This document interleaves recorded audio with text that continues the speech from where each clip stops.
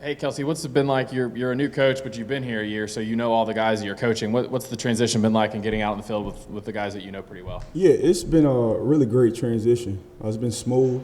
I've been really blessed to have a group that's already bought into me, kind of what I'm about. Those guys knew what my expectations were coming in. They done a good job of taking that and really taking that on head and like pushing with it. So the detail part, me really trying to push them and get to their core, they've responded really well. I've been super pleased as a position coach to have a group that's bought into what I'm about, and they're actually kind of taking that on themselves, on their own roles, and preaching it amongst their teammates, holding their teammates accountable. So it's been seamless transition-wise so far. What was that moment like for you when you found out that you were going to be promoted to wide receivers coach? It was good. I feel like I still hadn't come down from it. We kind of been, 90 miles an hour since then. So, man, honestly, the biggest thing that I took from that was the kids and their reaction, right? That gave me a ton of joy knowing that those guys had that confidence in me, and they were going to bat for me, wanting me to be their guy. That was the most fulfilling part of it all. So I still hadn't come down from it. If you talk to me in June, once things slow down, I'll probably have an answer for you. One more question for you. Do you still talk to Coach Burns? Do you pick his brain about, what it's like to be a wide receivers coach? I do. I talk to him for one because he's a friend. He did a great job helping me be groomed last year. We obviously talk football, bounce some ideas off. A lot of my conversations with him are life conversations. Who we are at the core is similar, and I think we do a great job of staying in touch and pouring into each other that way. So I talk to him about once a week. Austin and Vince. Kelsey, how do you take maybe some things you learn from Cody, things you learn from other coaches, and then also try to do things the way you like to do them in a new room where the only thing that changed was Cody. I mean, you just kind of slid into that role. How do you make it your room? Absolutely. I think no matter where you are or who you're around, you kind of learn something from everybody. I think there's a duality in that. Like, you always have to be yourself also. So you do pull things that you learn, things you get from other people, but I've still always got to be myself and do it in a mold where I'm still me. Because the kids recognize that. If you're not you, it's kind of hard for them to respond to it, right? So I do learn things and pull things from other people I see that I like, but I'm always going to do it the way I would do it, my manner, my fashion. Kelsey, two things over here. One, how much last year were you thinking about being in a role like this and sort of acting and thinking about training yourself to be in that type of situation when the opportunity came? Yeah, man, I think you always have to have the mentality that I'm the guy. Coach Hype does a good job of putting systems in place where everybody is adding value in recruiting, when we're teaching on the field, when we're building our players personally. Like, you have to be able to add value. So in order to do that, you have to take on the role like, hey, I'm the receivers coach. It's no different than what we teach the players, next man up. Like, as soon as I'm not preparing like I'm that guy, when that opportunity comes, I'm not going to be ready. So the entire time, I'm not knowing this is going to come, obviously, but I'm preparing that way, and now I'm giving the kids the most that I can. Like, I'm able to add value and help them in any realm that I'm able to. So in the recruiting aspect of it, has that maybe been the biggest adjustment to have to take so much more responsibility from that standpoint? Yeah, the recruiting is obviously it's a bigger adjustment because it's SEC, it's a bigger level than what I'm used to. But recruiting to me is based on relationships and it's based on communication. And those two things happen to be two of my strong points. So it's been great because, again, Coach Hypo has systems in place. It's kind of like the Hypo way. When you're in here, you're going to recruit. You're going to figure out how to get guys here, figure out how to get guys and build relationships with them. And then it's just being more intentional with the relationship piece and then the communication piece. Yes, sir. Eric in the back and Jay. Yeah, what have you seen from Jalen Hyatt this spring compared to last spring and in the fall? What steps is he taking to kind of get better? Man, Jalen has done a great job of changing his body for one. He's about 180 right now. He's doing a great job of embracing physicality. I think he kind of saw himself in high school and younger years as a speed guy. We talked even before I got the role about him embracing physicality and bringing that part of his game out. He's done a great job of embracing that. I think mentally off the field, he's taking a huge jump. He's in the building 24 hours. A lot of times I'm leaving late at night, and he's either pulling off or about to walk out of the building as well. So he's done a great job of buying in, and it's consistent, right? Regardless of what result he's getting at practice week to week, whether he's having a great day or he's having an average day, he's in the building, he's staying consistent. I think he truly understands the process right now, so like where he is. Coach Pope. Yeah, on Jalen again, is he a guy that is going to play a little bit of slot, a little bit of outside? Is he a guy you can move around right now? Yeah, you know, your guys that are able to do things and add value, you got to find ways to put them everywhere. He obviously played outside before in high school. He's obviously played slot before with us. So we're going to do a good job of getting him in different spots. And he's picked that up well. He's cross-trained well. With earlier this spring, Coach Golish talked about the adjustment you've had to make in terms of scheduling, like getting here earlier and, you know, having to factor in recruiting and everything.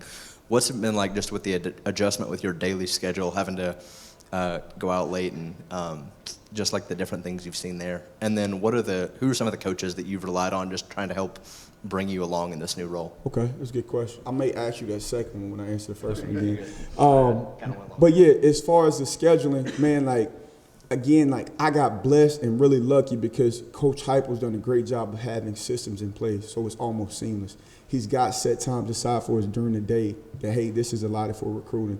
He's got set times aside for us to get with players. Like, he's done a great job of having systems in place already, and it's been seamless, right? I'm just more intentional with our guys, right, because it's a bigger group. I got a bigger responsibility, but those systems have been super helpful.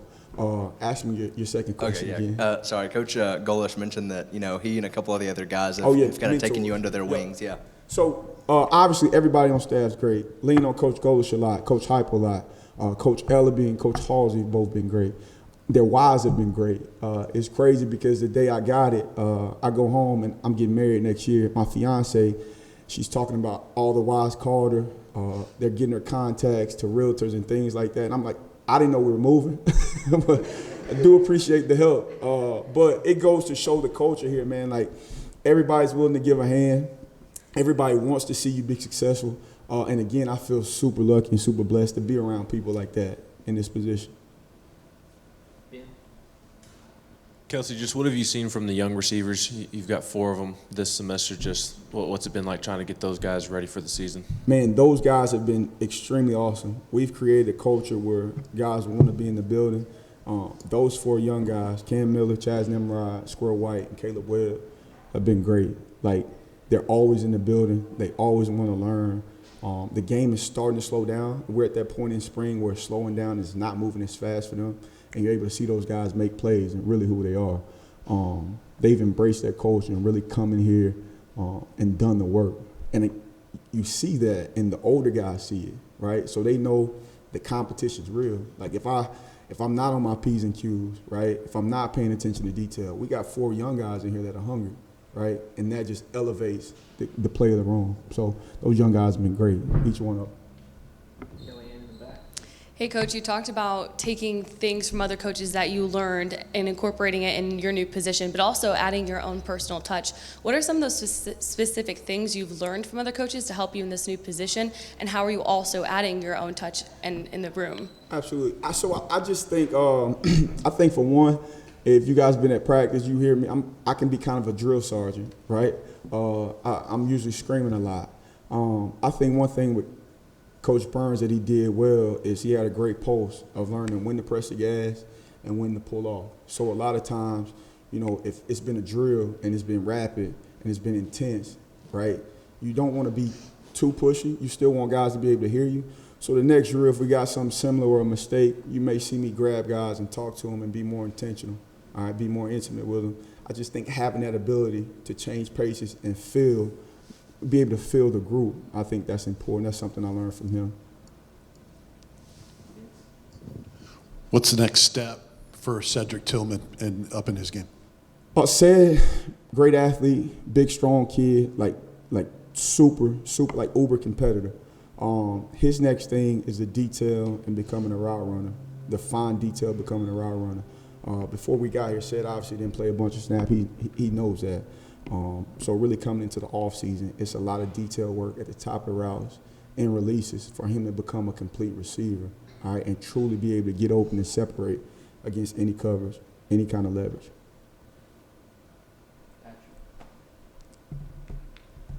Coach, a couple of guys that are in their second year of the system that are coming back, maybe stepping into larger roles with Ramel and Jimmy Holiday. What have you seen from them this spring at those outside spots? Both guys have been really bright. Both guys have been bright spots. Both guys playing outside. Jimmy Holiday, he was a core special teams guy. He's done a good job of embracing his role on offense. He showed up and made a lot of good plays. He's a guy that played quarterback in high school, so he has the intellect piece. He understands what's going on, and right now we're seeing him play fast. Ramel Keane, I think, is surprisingly, the guys always say that surprisingly one of the better athletes in the room. Like, he comes off the ball, he's got long strides, so you don't really know how fast he's running, but he's actually going. Like, he can move. He's also a big target, big body. He does a great job down the field being a big catch rate. He's 50-50 balls. Like, he does a good job with contested catches. Both of those guys, in order to be consistent, again, just got to preach the details, harp on the details. When we're tired, when we're not tired, harping on those things, and you build consistency, from those guys that way. Kelsey, I know that regardless of whether a guy's playing or feeling like he's going to start or play a lot, I know it's important for guys to kind of take advantage of every day and do everything they can. But with that said, guys like Hyatt, Holiday, some of those guys, Calloway, when opportunity is there, is it sort of human instinct for those guys to kind of take things up a notch, knowing, hey, I really can start now? Yeah, absolutely. I think that's why you recruit competitive kids. Coach Hyatt preaches desperate, hungry guys. Like, we want guys that are hungry. And I think in the call of battle, when bullets are flying, that's what you're going to get from competitive guys. Right? Not going to have to think about it. They're not going to blink an eye. They're going to go try to compete their butts off, add value, and go win the rep. I think each of those guys, that's what they have, a tenacious competitive spirit. That's what we like about those guys. That's why you recruit those type of guys. Anything else for Coach? We'll finish with I want to ask about a couple of specific newcomers. Just what have you seen from Chaz Nimrod and Squirrel in particular? Squirrel, his speed, pretty Chaz, obviously, outside guy, like, he's got some freaky traits, like, can really run. He does a great job of tracking the ball downfield. Still getting used to the physicality piece. It's a different level than the high school he was at, but he showed some flashes, man. Like, at times he looks really good, He's going to continue to come along, continue to work because of who he is. He's been really pleased with him. Squirrel can freaking run. And he doesn't bat an eye when things get chaotic. Like, he is flying around. If somebody's trying to be physical, he'll match that intensity and that physicality. Like, he's got the biggest heart in the room. He's the smallest stature, but got the biggest heart in the room probably. Like, love that kid. They both been great additions. Yes, sir. Thank you, Coach. Awesome.